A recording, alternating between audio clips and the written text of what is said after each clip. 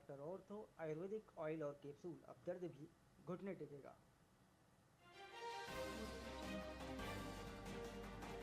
प्रधानमंत्री नरेंद्र मोदी ने इजरायल के पीएम नेतन्याहू से फोन पर की बातचीत। क्षेत्र में शांति और स्थिरता की शीघ्र बहाली की आवश्यकता पर जताई गंभीर चिंता।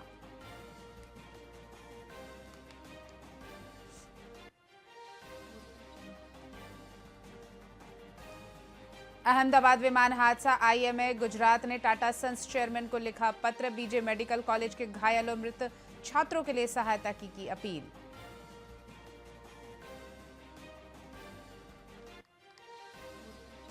उत्तर प्रदेश लखनऊ में सफाई व्यवस्था पर भड़के मंत्री सुरेश खन्ना। अतिक्रमण हटाने के लिए 15 दिन में आदेश। लापरवाह कर्मियों पर वेतन कटौती के दिए निर्देश।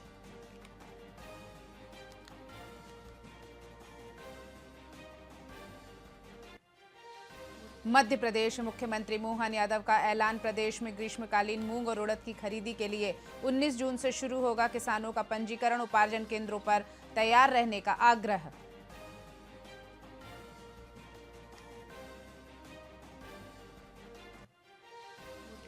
और 24 घंटे में कोरोना के 269 नए मरीज मिले। देश में अब तक 87 जाने गई। 7,400 एक्टिव केस। राजस्थान में 2 की और मौत।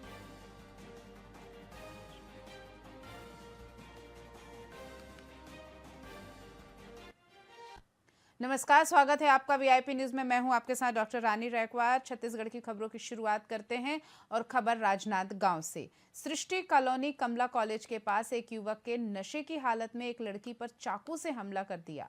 लड़की गंभीर रूप से घायल हो गई, जिसे पहले जिला अस्पताल में भर्ती कराया गया और बाद में मेडिकल हॉस्पिटल रेफर किया गया। वहीं बताया जा रहा है कि युवक ने जबरदस्ती दुकान बंद करने के लिए दबाव डाला, तभी लड़की सामान लेने पहुंच गई। नशे में युवक ने अचानक हमला कर दिया। इस दौरान आसपास के लोगों ने लड़की को बचाया और पुलिस को सूचना दी। पुलिस ने मौके पर पहुंचकर आरोपी युवक को गिरफ्तार कर बसंतपुर थाने भेज दिया। कल रात में घटना संज्ञान में आई थी। एक व्यक्ति जो नशे में था वो चाकू लेके लोगों को परेशान कर रहा था। इसी बीच में एक युवती आई, वो सामान लेने आई थी किराना दुकान में। वहाँ पे उसने उससे बात करने का प्रयास किया और नशे में था तो उसके ऊपर उसने थोड़ा हमला करने की कोशिश किया है। तो आज उस पर हमने अपराध पंजीबद्ध किया है। उसको माननीय न्यायालय के समक्ष आर्म्स एक्ट में हम उसको पेश कर रहे हैं। कल रात में घटना संज्ञान में आई थी। एक व्यक्ति जो नशे में था वो चाकू लेके लोगों को परेशान कर रहा था। इसी बीच में एक युवती आई, वो सामान लेने आई थी किराना दुकान में।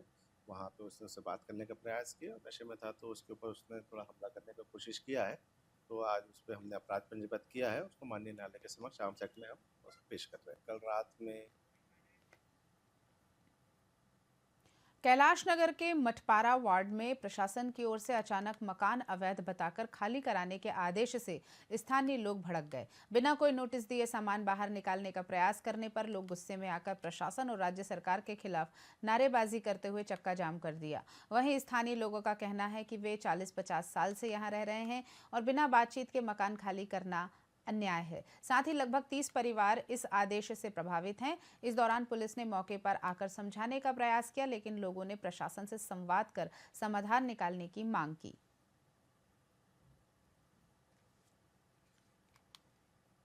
हमको नोटिस वोटिस कुछ भी दिए नहीं गए हैं। बेजा कब्जा है करके आगे हटाने का वो किया है। हमारी माँ की जमाना से पुरखों से हम लोग हैं। हमको पट्टा चाहिए और बनाने का चाहिए। कुछ नहीं बोले हमको। आज क्या हुआ? आज पुलिस वाले ने आ गए हटाने के लिए अचानक। ऐसा सामान फेंकने लगे अचानक से आके। मामला ये 12:30 बजे तकरीबन पुलिस आई अचानक और घरों से सामान फेंकना शुरू कर दिया। वार्ड के लोगों ने मुझे तुरंत फोन करके बताया, सूचना दी कि भाई ऐसा हमारे साथ हो रहा है। 2-4 घरों का सामान फेंका गया। जब तक मैं पहुंचा उनसे पूछा, भाई आपके पास आदेश की कोई कॉपी है? उनका कहना है नहीं हमारे पास कुछ नहीं सर। मैंने पूछा आप खाली कराने कैसे आए? नहीं ऊपर से आदेश है और खाली करना है। तो ये कोई तरीका नहीं होता भाई। किसी भी चीज को खाली कराना है तो उसकी नोटिस दी जाती है, चाहे वो नगर निगम हो, राज्य शासन हो या कोई भी सरकार हो। सरकार का काम है किसी चीज को खाली कराना है तो उसे जब नोटिस देना पड़ता है। बिना नोटिस के यहाँ पहुंच गए और पुलिस प्रशासन साथ में आ गई। अचानक 12 बजे 70-80 पुलिस आई और अचानक से खाली करो बोले और 1-2 लोगों का घर का बर्तन वर्तन फेंकना शुरू कर दिए। घर का बर्तन वर्तन फेंकना शुरू, नोटिस न कुछ सब अपने अपने काम धाम में गए थे। और आगे बाद धमकीधारी ये वो दुनियादारी करना चालू कर। क्या बोलकर आपको मकान खाली ये घर खाली करना पड़ेगा, भी जीत गया है केस, ऐसा है वैसा है, दुनियादारी तुम्हारा नहीं है घर, ये वो करके निकलना है। एक्चुअली ये ज़मीन नजूल की है और करीब 40 लोग यहाँ पे निवास करते हैं 70-80 साल से, जिसमें 16 लोगों को 30 साल का पट्टा मिला हुआ है और पट्टे को पर इस कार्रवाई चल रही है लगातार। सुनने में आया कि पट्टा ले गए हैं उठा के और इनको दिए नहीं हैं। इनके 30 साल के पट्टे को किस आधार पे निरस्त किया गया है, क्यों नोटिस इन्हें नहीं दिया गया? ये 2 केस जीत चुके हैं। 2009 में स्टे ऑर्डर आया था इनके पास, इसके बाद और ये 2 बार हाईकोर्ट का केस जीत चुके हैं। अभी अचानक बिना किसी जानकारी के किस आधार पर इन्होंने यहाँ पे पुलिस भेज दिया? और जो सामान फेंकने का मतलब जन भावना नाम की चीज नहीं है, आपने नोटिस नहीं दिया, किसी प्रकार की बात नहीं की और सीधा सामान फेंकवाना शुरू कर दिया।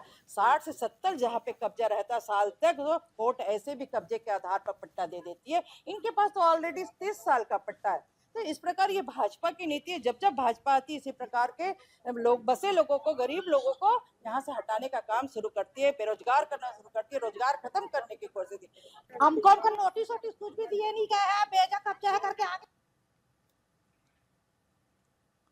छत्तीसगढ़ के सुकमा में प्रवर्तन निदेशालय ईडी ने शराब घोटाले के मामले में कांग्रेस भवन को अटैच कर लिया है। वहीं इस कार्यवाही से कांग्रेस नाराज है। पूर्व विधायक विकास उपाध्याय ने इसे भाजपा की साजिश बताया है। उन्होंने कहा कि भाजपा की नीतियों का विरोध करने वालों को ईडी, आईटी और सीबीआई जैसी एजेंसियों से दबाया जा रहा है, जबकि भाजपा में शामिल होते ही नेता पाक साफ हो जाते हैं।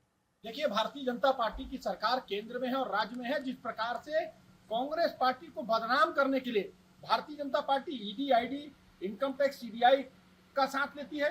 आप देखिए, जितने लोग छत्तीसगढ़ में जब कांग्रेस की सरकार थी उसके बाद भारतीय जनता पार्टी को इस बात का एहसास हो गया कि छत्तीसगढ़ में भारतीय जनता पार्टी की सरकार बनने वाली नहीं, इसलिए उन लोगों के ऊपर में ईडी, सीबीआई के मुकदमे दर्ज किए गए, लेकिन हासिल आया कुछ नहीं। सबकी जमानत हो गई, माननीय सुप्रीम कोर्ट से जमानत मिली और माननीय सुप्रीम कोर्ट ने फटकार लगाई। सुकमा के राजीव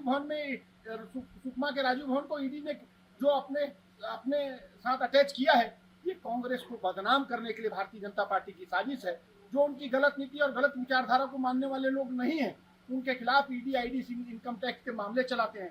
महाराष्ट्र के अजीत दादाराव पवार के ऊपर में करोड़ों रुपए का ईडी का छापा पड़ा, लेकिन जब वो भारतीय जनता पार्टी में शामिल हो जाते हैं तो पाक साफ हो जाते हैं। भारतीय जनता पार्टी की सोच और नीति जो उनके गलत विचारधारा का विरोध करता है, उसकी लड़ाई लड़ता है, उसको जेल में डालो या फिर ईडी, इनकम टैक्स, सीबीआई के मामले में उनको दबाने का प्रयास करो।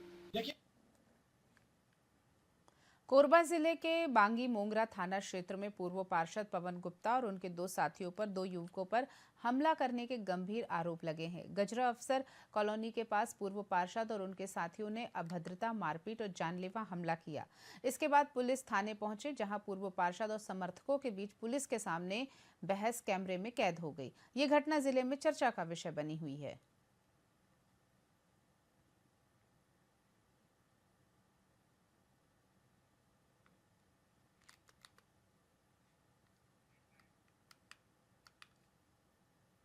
दुर्ग जिला पंचायत ने जल संचयन के क्षेत्र में एक अनोखी पहल की। आपको बता दें कि प्रधानमंत्री आवास के हितग्राहियों की ओर से सोकपिट निर्माण कर golden book of world record में नाम दर्ज कराया गया है। वहीं इस पहल के बारे में जानकारी देते हुए जिला पंचायत के सीईओ दुबे और पर्यवेक्षक ने बताया कि सोकपिट निर्माण के जरिए जल संरक्षण को बढ़ावा दिया गया है। साथ ही इस संबंध में प्रेस वार्ता भी आयोजित की जा रही है।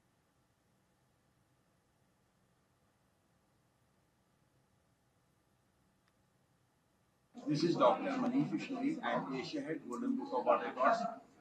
Golden Book of World Records में हम ऐसे अचीवमेंट्स को विश्व रिकॉर्ड में दर्ज करते हैं जो बहुत ही यूनिक हो और बहुत लार्ज स्केल पे हुए हैं। ये दुनिया में पहली बार हुआ है। ऐसा ही जिला पंचायत दुर्ग के द्वारा आज एक इनिशिएटिव लिया गया है। इसमें एक साथ मैक्सिमम नंबर में सोकपिट गड्ढे बनाए गए हैं वाटर हार्वेस्टिंग पर्पस के। इसको आज golden book of world records की टीम ने वेरिफिकेशन किया है और आज इसका ओरिजिनल सर्टिफिकेट दिया है।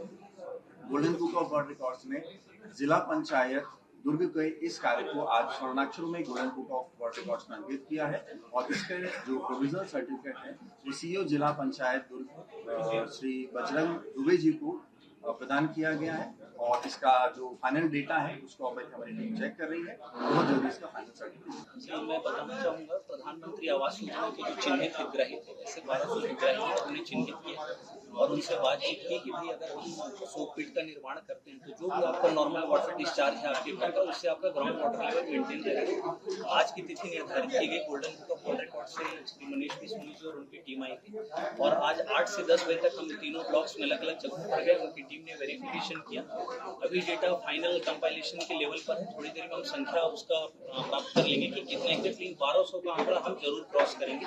उसी के मतलब अनुसार हमें ये प्रावधिक सर्टिफिकेट दिया गया है।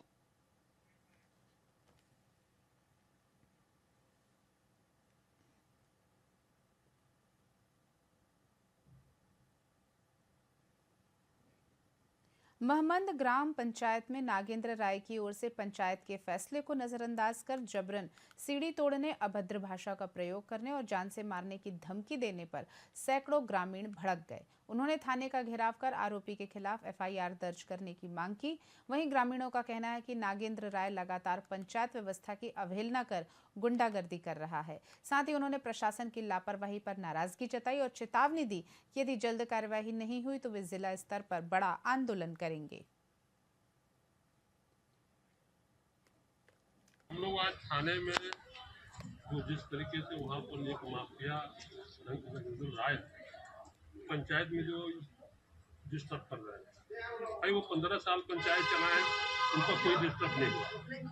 भाई 5 साल जो अगला जनप्रतिनिधि चुन के आया है तो उनको पंचायत चलाना देना चाहिए। बराबर वो पंचायत में जाकर के जो है रंग लगाते हैं, गाली गलौजा करते हैं। तो इसलिए हम लोग आज थाना में आए हैं शांति बनाते हुए आवेदन करने के लिए। हमें थाना प्रभारियों को मैं अभी चेताना चाहता हूँ, अगर इस पर कोई कार्रवाई नहीं होगा तो हम लोग आने वाला दिन में बहुत बड़ा कार्रवाई करेंगे और आंदोलन करेंगे, कलेक्टर को घेरेंगे, एसपी को घेरेंगे, थाना को घेरेंगे। इसकी पूरी जवाबदारी जो है ना प्रशासन के लोग है। आए दिन जो है देखा जा रहा है उनके द्वारा जनप्रतिनिधि जैसे चुन करके आए हैं, तो जो जनप्रतिनिधियों को सम्मान करना चाहिए। उनके जो भी निर्णय हैं, निर्णय को अगर उनको ऐसा उनको अगर सही नहीं लग रहा है तो पंचायत में आकर के बात करें। लेकिन उनके द्वारा सीधे सीधे शब्दों में पंचायत में सरपंच को गाली गलौज करना, अभद्र टिप्पणी करना, धमकी चमकी करना, ये हमेशा से किया जा रहा है, जिसका हम लोग पूरा ग्राम पंचायत, पूरा क्षेत्रवासी पुरजोर विरोध करते हैं और ऐसे अपराधियों को, ऐसे गुंडे को जो है यहाँ से उखाड़ फेंकने की मांग करते हैं। ये नागेंद्र राय के द्वारा सतत किया जा रहा है, काफ़ी लंबे समय से राजनीतिक पार्टी से जुड़ा हुआ है, ब्लॉक कांग्रेस कमेटी का अध्यक्ष है और हमेशा विवादों में रहा है। हम लोग आज थाने में जो जिस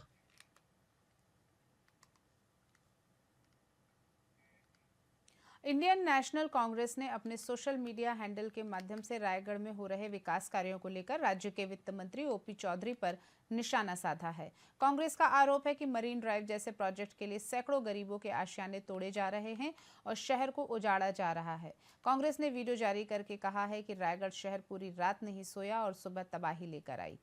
कांग्रेस ने बीजेपी पर हमला करते हुए लिखा कि विकास की नींव में विध्वंस खड़ा करने का काम सिर्फ संघी भाजपाई ही कर सकते हैं।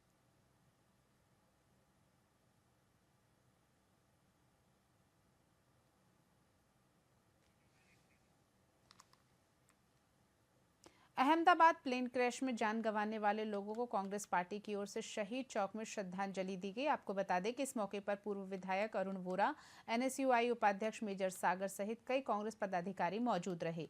वहीं हादसे में गुजरात के पूर्व मुख्यमंत्री विजय रूपाणी की भी मृत्यु हो गई थी। वहीं सभा में मृतकों की आत्मा की शांति के लिए प्रार्थना की गई।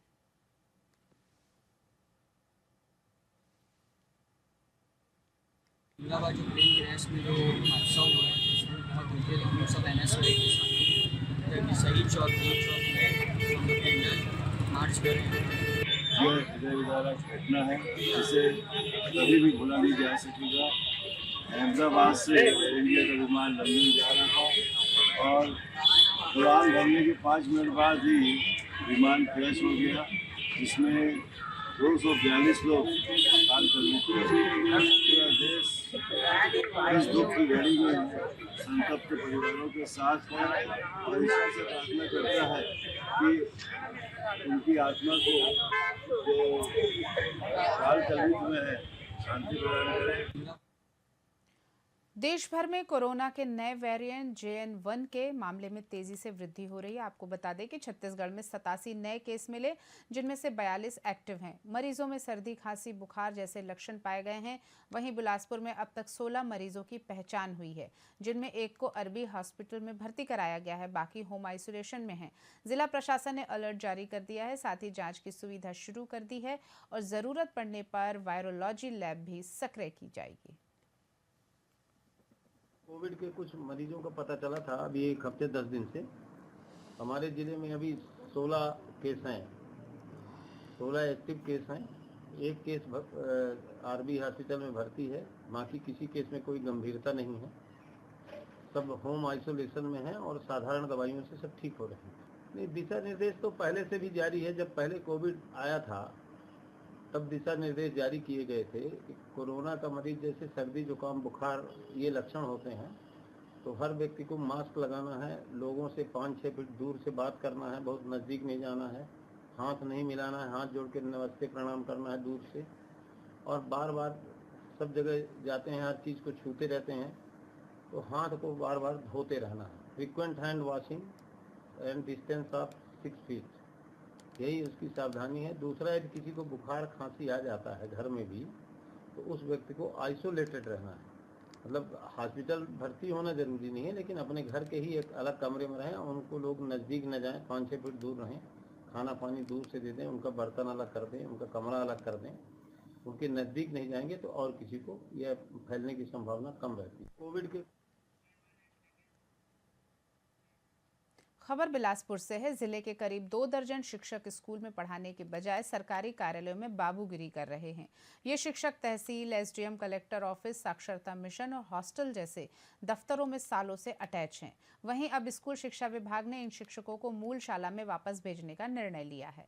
संयुक्त संचालक JD ने DEO को पत्र जारी कर सभी अटैच शिक्षकों को तत्काल कार्य मुक्त कर स्कूलों में वापस भेजने के निर्देश दिए हैं। बावजूद इसके कई शिक्षक राजनीतिक और प्रशासनिक अप्रोच लगाकर अटैचमेंट बचाने की कोशिश में लगे हैं। आपको बता दें कि इस स्थिति से स्कूलों में पढ़ाई बाधित हो रही है, क्योंकि अटैच शिक्षकों की जगह किसी और की नियुक्ति नहीं हो पाती। राज्य शासन का इस वर्ष का स्थानांतरण नीति और हमारे जिले के कलेक्टर महोदय का निर्देश प्राप्त हुआ है कि जितने भी संलग्नीकरण हैं 5 जून के बाद पहले वो सभी अटैचमेंट समाप्त किए जाएंगे। इसी तारतम्य में संयुक्त संचालक शिक्षा के द्वारा भी एक आदेश जारी किया गया है। उस आदेश को संज्ञान में लेते हुए और उसका परिपालन करते हुए मैंने भी आदेश जारी कर दिया है अपने सभी प्राचार्यों को, सभी विकासखंड शिक्षा अधिकारियों को और समग्र शिक्षा को कि इस प्रकार जो संलग्नीकरण है उस संलग्न शिक्षकों को तत्काल संबंधित संस्था के लिए कार्यमुक्त कर दिया जाए और अन्य विभागों में जो संलग्न है उसके लिए कलेक्टर महोदय भी अभी की तरफ से निर्देश हो गया है, उनको भी कार्यमुक्त होकर के हमारे विभाग में आना है। राज्य शासन छत्तीसगढ़ की खबरों में फिलहाल इतना ही। देखते रहिए VIP न्यूज़। नमस्कार।